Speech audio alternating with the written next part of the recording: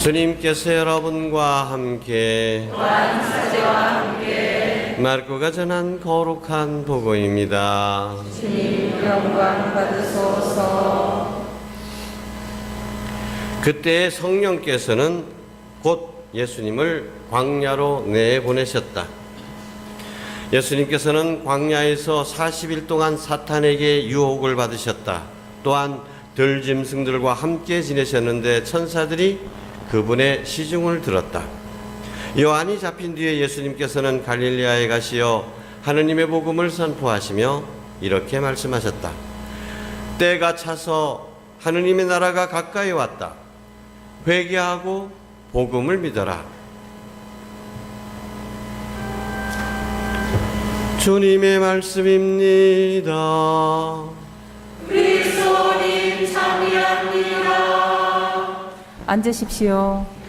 참 예수님, 비오는 굳은 날씨에도 오시느라고 수고들 많으셨습니다. 제가 어렸을 때 어른들이 사순절이 되면 이렇게 말씀하셨습니다. 사순절은 지옥문이 닫히고 천국문이 열리는 때이다. 그래서 사람들은 사순절에 운명을 하게 되면 그거 참 복 좋은 사람이다라고 말을 했습니다. 왜 그럴까요? 사순절이 되면 마치 전쟁터에 나가는 사람처럼 허리띠를 질끈 동여매고 각방 같은 거 탁 차고 이렇게 하듯이 영적으로 다짐을 하게 되는 겁니다. 사순절이 됐으니까 이제 정말 절제도 해야 되겠다, 희생도 해야 되겠다, 보석도 더 많이 해야 되겠다, 기도도 더 많이 해야 되겠다, 성경도 더 열심히 읽어야 되겠다, 또 그러고 이웃도 어려운 이웃들도 잘 돌봐야 되겠다. 사순절 되면 평소에 우리가 다 해야 되는 거지만 이때는 더 뜨거운 마음으로 그렇게 하기로 결심을 하고 그렇게 노력을 하니까 마귀들이 곡소리가 난다는 겁니다. 아유, 지옥 오는 사람이 하나도 없어가지고. 그래서 사순절은 은총의 시기요 구원의 시기라고 이야기를 합니다. 자, 그러면서 이제 교회는 항상 첫 주간이 되면 유혹을 받으신 예수님, 유혹을 받으셨지만 물리치시고 승리하신 예수님의 모습을 보여주면서 우리도 예수님처럼 유혹을 당할 수밖에 없지만 유혹과 싸워서 이기라고 격려해 주는 것입니다. 네, 여러분 요즘 신문이나 방송을 보면 참 기가 막힌 혀를 쯧쯧 차게 되는 이런 사고들이 많습니다. 근데 그 중에 제일 안타깝고 여러분과 함께 나누고 싶은 몇 가지 사건은 분노 조절 장애에 관한 것입니다.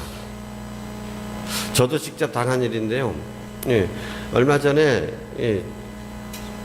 성당 봉고차를 몰고 이렇게 성당으로 오는 도중에 제가 잠깐 딴 생각을 했는지 그냥 옆에 오는 차 그 사각지대가 있잖아요. 잘 안 보여가지고 그냥 쑥 들어갔는데 보니까 바로 옆에 그 집차 같은 것이 있었어요. 그래 내가 갑자기 들어와 버리니까 이 사람 놀래가지고 막 옆으로 막 쫓겨갔을 거 아닙니까? 근데 미안하잖아요. 근데 그 앞에 이 신호등이 있어가지고 섰는데 이 사람이 차를 딱 세워놓고는 그 다음에 나한테 다가오는 거예요. 근데 보니까 젊은 애였어요. 아주 그냥 막 화가 나가지고 절 줄 모르는 거예요. 너 때문에 우리 식구들은 다 죽을 뻔. 아이고 미안합니다. 그러니까 또 막 뭐라는 그냥 미안하면 됐지. 그거 난 어떤 거란 말이냐. 근데 진짜 막 한 대 쥐어 박을 어떻게 할 줄 몰라. 근데 이 정도는 약과죠. 그 정도는 신문에 안 나오죠. 이 정도 화낸 건 신문에 안 나옵니다. 나만 말할 뿐이지. 그런데 신문에 나오게 되는 경우는 그런 때 못 참아가지고 무슨 뒤에 트렁크에서 야구방망이 꺼낸 차막 못 사부는 사람. 참 아무리 화나도 그냥 발로 한번 차거나 그러면 되지. 그걸 꼭 그렇게 해야만 되느냐. 근데 더 심한 경우도 있습니다. 차 부수는 정도는 괜찮아. 사람 직접 안 피우면 괜찮아. 지난달 말에 울산에서 있었던 일인데요. 40난 남자가 여자한테 이제 우리 그만 만나자고 이별 통보를 받았습니다. 그래서 차에서 내려 여자는 가불고, 그러니까 이 남자가 어떻게 할게요? 차로 받아보라 마치 여자를. 그것도 4번씩이나 받아보라. 경에도 화가 안 풀려가지고 차에서 내린 그 쓰러진 여자 목졸랑 죽이잖아요. 경찰에 데려가서 잡혀갔죠. 살인도 이런 살인도 없어요. 그래. 너 왜 했나? 난 모르구나.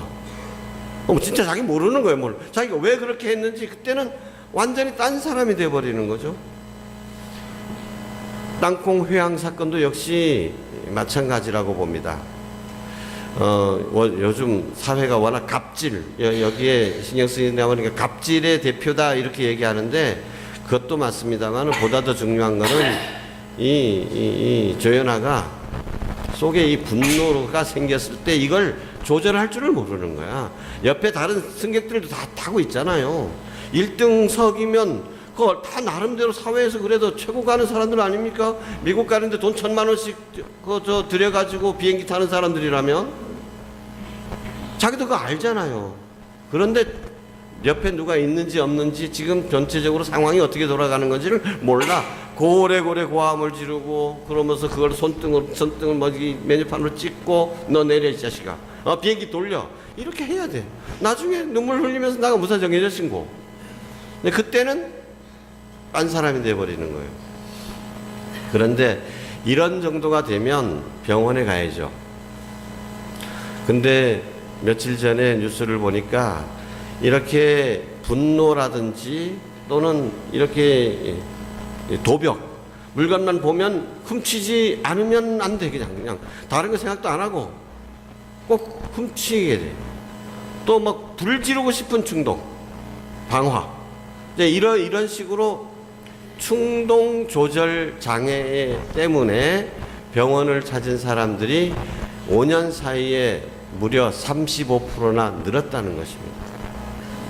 우리 국민들 사이에 이렇게 충동을 제대로 조절하지 못하는 사람들이 점점 더 많아지고 있다는 거예요. 병원에 가는 사람만 많아지느냐? 병원에 가기 직전에 있는 사람들, 이런 점점점 충동을 조절하지 못하는 사람들이 점점 더 늘어나고 있다. 근데 충동을 이렇게 조절하지 못하는 장애는 생리학적으로 나올 수도 있지만 우리 천주교 신자들이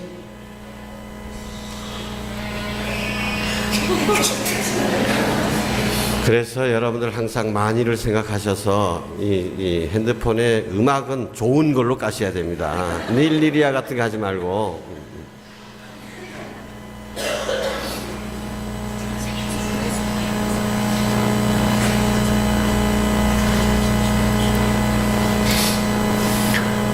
무슨 말 하자니 이제는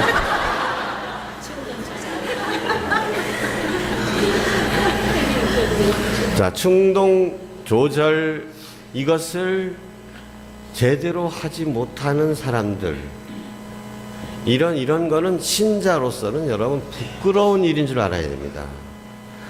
성당 안 다니는 사람은 몰라도, 하느님을 모르는 사람이 몰라도, 영적인 생활을 안 하는 사람이라면 몰라도, 기도 안 하는 사람이라면 몰라도, 그렇게 적어도 하느님과 함께 기도하는 사람이라면, 영적인 데 관심을 갖고 살아가는 사람이라면 이런 충동 조절 장애는 있을 수 없는 일입니다. 왜냐하면 그런 충동이 생겼을 때 그걸 제대로 조절하지 못한다는 건 뭐냐 하면 내 마음을 들여다볼 줄 아는 능력이 전혀 없다는 얘기거든요. 그런 훈련을 전혀 안 했다는 얘기예요. 오늘 예수님께서 광야로 나가셔서 이게 유혹을 받으셨다, 이기셨다 그러죠. 그런데 성경에 제대로 된 표현을 잘 보십시오.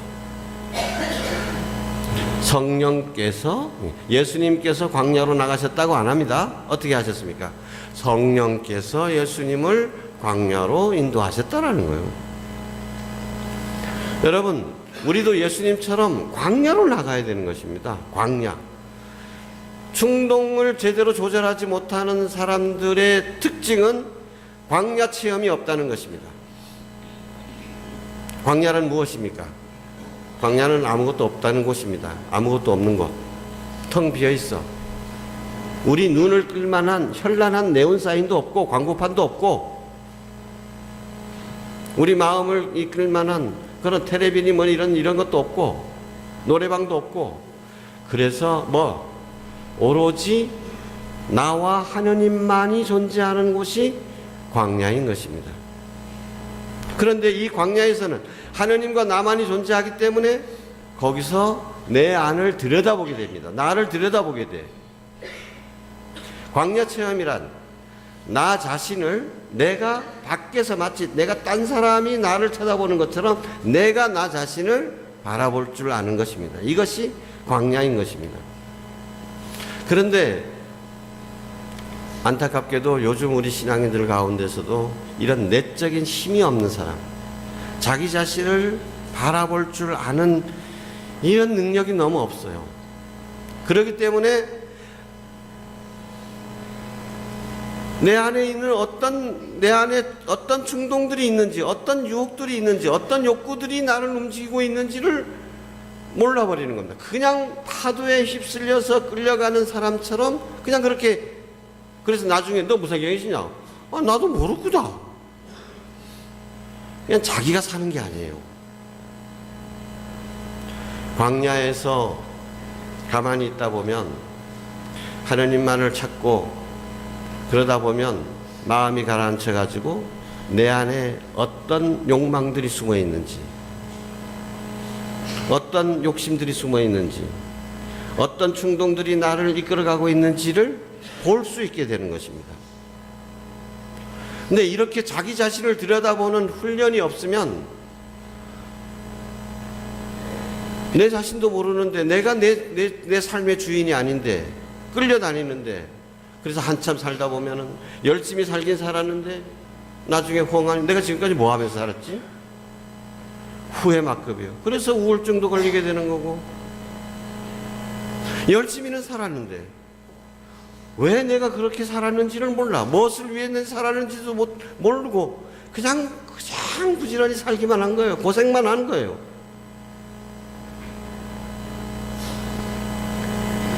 이번 사순절은 여러분들에게 광야의 체험이 이루어지기를 빕니다. 광야는 두 가지로 설명할 수가 있습니다. 하나는 장소로서의 광야입니다. 거길 가면, 그곳에 가면 하느님을 쉽게 찾을 수 있는 곳, 하느님 말고 내 눈을 이끄는 것이 없는 곳, 이렇게 그런 광야를 내 삶 속에서 내가 비록 도시에 살고 시장터에 살고 있지만 그런 광야를 각자가 마련해야 된다는 얘기입니다. 요즘 가정 방문을 하다 보면 그런 기도처를 만들어 놓은 가정들을 많이 볼 수가 있습니다. 여유가 있으시면 아들들 다 군대 가불고 육지 올라가 불고 방이 하나 남는다 하면 언제 우리 아들 올 거니까 했는데 그냥 내버려 두지 말고 그 방을 기도방으로 한번 차려보십시오. 멋지게.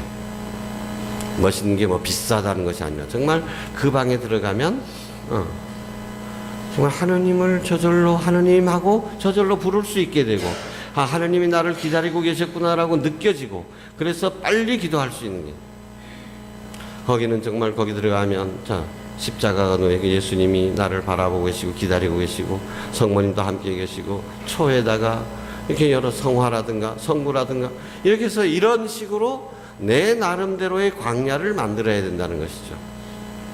근데 어떤 사람들은 방에 들어가 보면 요즘 학생들이 그럴 수밖에 없어. 연예인 사진들만 잔뜩 붙여놓고 뭐 축구선수 사진 붙여놓고 그러고 있으니까 잠잘 때 맨날 방에 들어가면 그거 보게 되는 거잖아요. 그냥 자꾸 생각이 그런 쪽으로 갈 수밖에 없는 겁니다. 벽에 붙여놓은 격언만 해도 그래요. 정말 이거는 부끄러운 일입니다. 세례받은 지 얼마 안 된 분이긴 했는데 집에 가보니까 그 10,000원짜리 있잖아요. 그 확대한 거 이만한 10,000원짜리를 떡 그 거기다 액자 해가지고 붙여놨어요.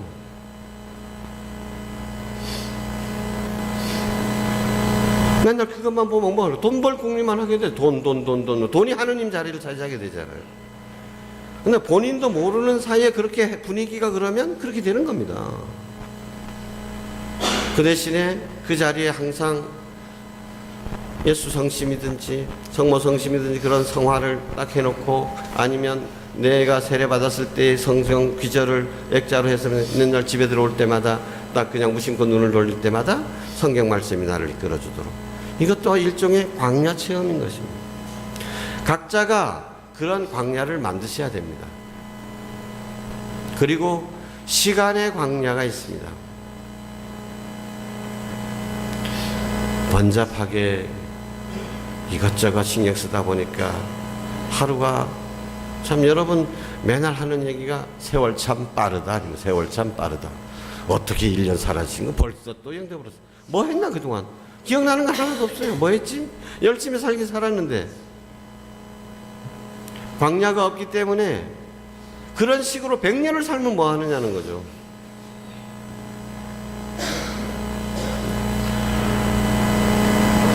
광야의 시간적으로 이렇게 광야를 만든다는 것은, 이런 미사 시간도 역시 마찬가지 여러분의 광야라고 할 수 있죠. 그래서 하느님께서는 꼭 일주일에 한 번 하루는 광야로 만들어라. 다른 일 하지 말아라. 왜 그렇겠어요? 우리가 일주일에 하루 쉰다고 하느님께 덕볼 건, 하느님께서 덕보실 거 뭐 있습니까? 나를 위한 것이죠. 그렇게 엿새 동안 일하면 먹고 사는 그걸로 충분하다. 하루는 먹고 사는 일에서 손 떼라. 그리고 너와 나만 같이 있자. 하느님께서 초대하시는 거, 나랑 같이 있자.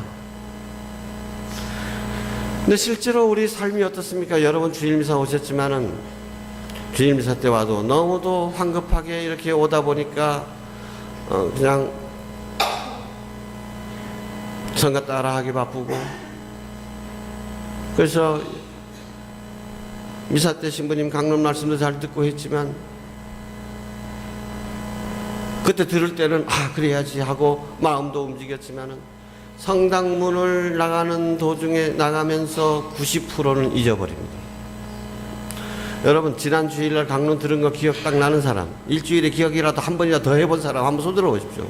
지난 주일날 무슨 얘기 들었나가? 무슨 거 해신고? 강론 말씀 들으면서 일주일 동안 그거 생각하면서 살아왔습니까? 아니, 그때는 그거 맞다 하지만 주일미사 끝나가 동시에 들음왕 50% 잊어버리고, 성당문 밖을 나가면서 90% 잊어버리고, 집에 가면 99% 잊어버리고, 하룻밤 자고 나면 100% 깨끗하게 다 잊어봅니다. 이게 우리의 현실입니다. 그냥 맨날 이런 식으로 살아가는 겁니다. 그러니까 우리 신앙생활도 역시 다람쥐 채바퀴 돌던 맨날 같은 수준이야. 믿음이 깊어지지도 않고, 기도해도 맨날 1년 전 기도나 10년 전 기도나 똑같아. 왜 그럴까요? 광야 체험이 없기 때문이다. 광야의 삶을 살아야 된다. 광야의 삶. 시간적으로 광야를 만들어야 된다는 거죠. 다른 것, 다른 일상생활, 이 번잡한 사회생활에서 벗어나서 오로지 주님만 찾을 수 있는 이런 시간을 만들어야 된다는 거죠. 그래서 제가 미사 전에도 역시 마찬가지예요. 그래서 미사 전에 기도하자. 지금은 다른 제주교구의 다른 본당에서도 미사 전에 기도를 많이 합니다. 근데 사실은 이거는 제가 제 자랑거리 중에 하나입니다. 미사 전에 30분 전에 기도하는 거는 제주교구에서 제가 제일 먼저 시작했습니다. 왜? 제가 메주고리를 다녀오면서 메주고리 성모님의 메시지에 이게 딱 꽂혔어요. 너희가 미사의 은혜가 얼마나 놀라운 것인지 안다면 적어도 24시간은 준비할 것이다. 근데 우리 너무 준비 안 하니까 하느님의 은총이 폭포까지 쏟아지는데도 받을 수가 없는 거예요. 받을 그릇이 없는 거예요. 그릇이. 비 좀 맞고 그래. 폭포를 맞고도 비옷을 입고 있으니까 안으로 안 젖어들고, 밖으로 나가다 보니까 햇빛 맞으면 다 말라버리는 거예요. 집에 가니까 다 말라버리는 거예요. 은총이.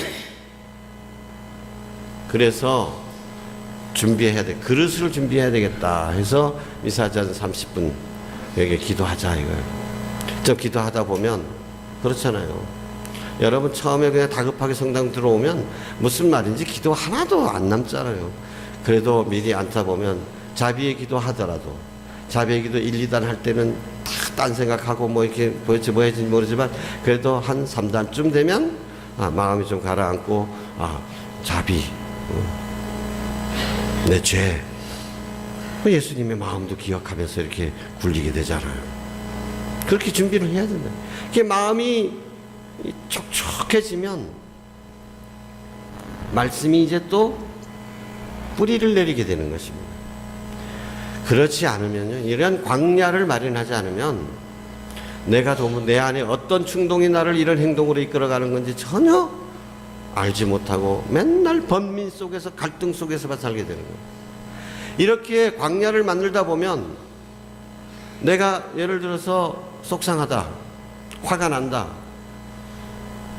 그러면 보통 이렇게 광야 체험이 없는 경우에는 누가 나한테 나쁜 말을 했기 때문에, 내가 하지도 않은 말을 했다고 헛소문을 냈기 때문에 그 사람 때문에 내가 화가 나는 거다. 그 사람 때문에 내 인생이 불행하다. 그 사람 탓을 합니다. 다른 사람 탓만 해가지고는 죽을 때까지 그런 사람들은 사라지지 않습니다. 내 주변에. 죽을 때까지 불행할 수밖에 없다는 얘기죠. 그런데 광야 체험을 하는 사람들은 내가 왜 이렇게 화가 나지? 내가 왜 이렇게 서글퍼지지?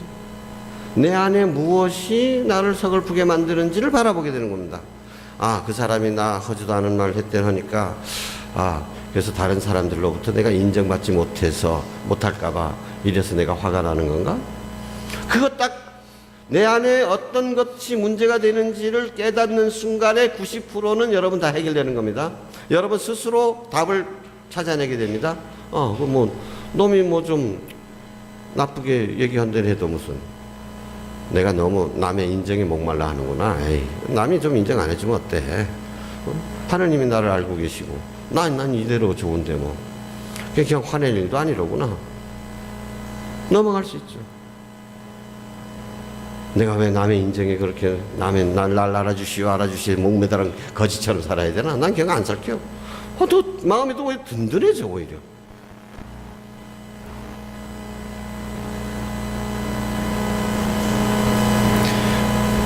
내 안에 어떤 충동이 들어있는지 광야에 있지 않으면 그런 걸 알 수가 없습니다.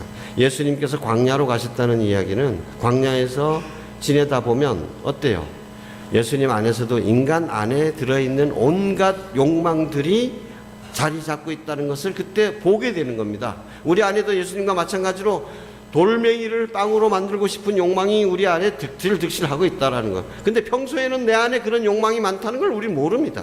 광야로 가게 되면 내 안에도 그런 욕망이 숨어 있다는 것을, 그리고 언제든지 기회만 있으면 내 주인이 되려고 노리고 있다는 것을 내가 알게 되는 거죠.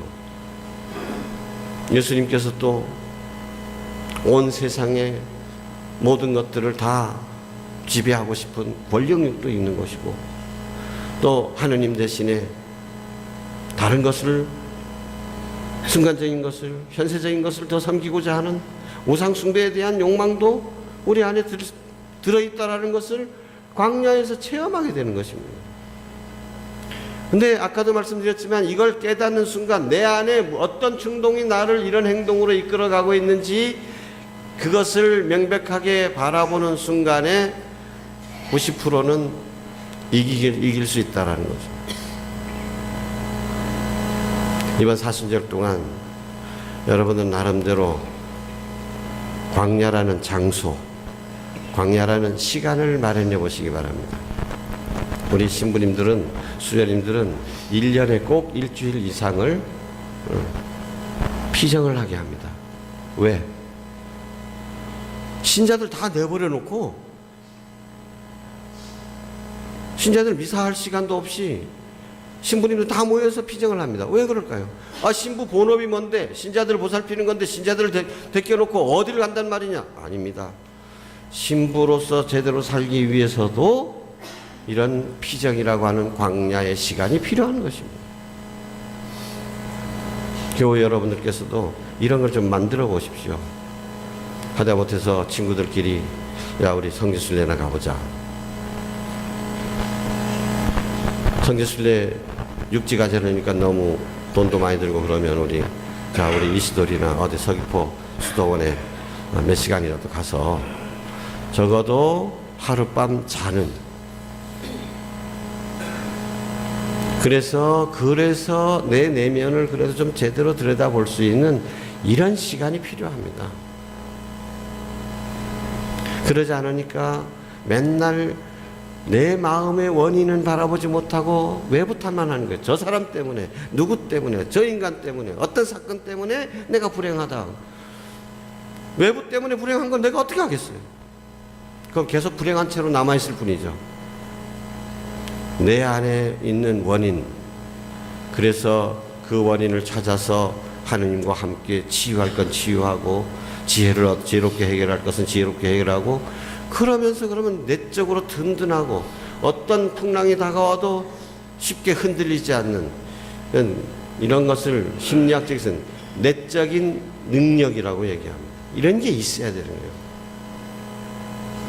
조그만 어떤 사건이 있으면 갈대가 흔들리시기, 그냥 외부의 영향이 그냥 이리 흔들렸다 저리 흔들렸다 하는 것이 아니라, 신앙인들은 기본적으로 이런 광야 체험은 조금씩 있는 사람들 아니냐. 근데 이번 사순절 동안에 좀 진한 광야 체험을 여러분 모두 하셔서 여러분 안에 들어있는 그런 충동들, 그런 유혹들을 잘 알아내고 그것에 휘둘리지 않고, 그래서 참으로 은혜로운 구원의 사순절을 지낼 수 있게 되기를 바랍니다. 아멘.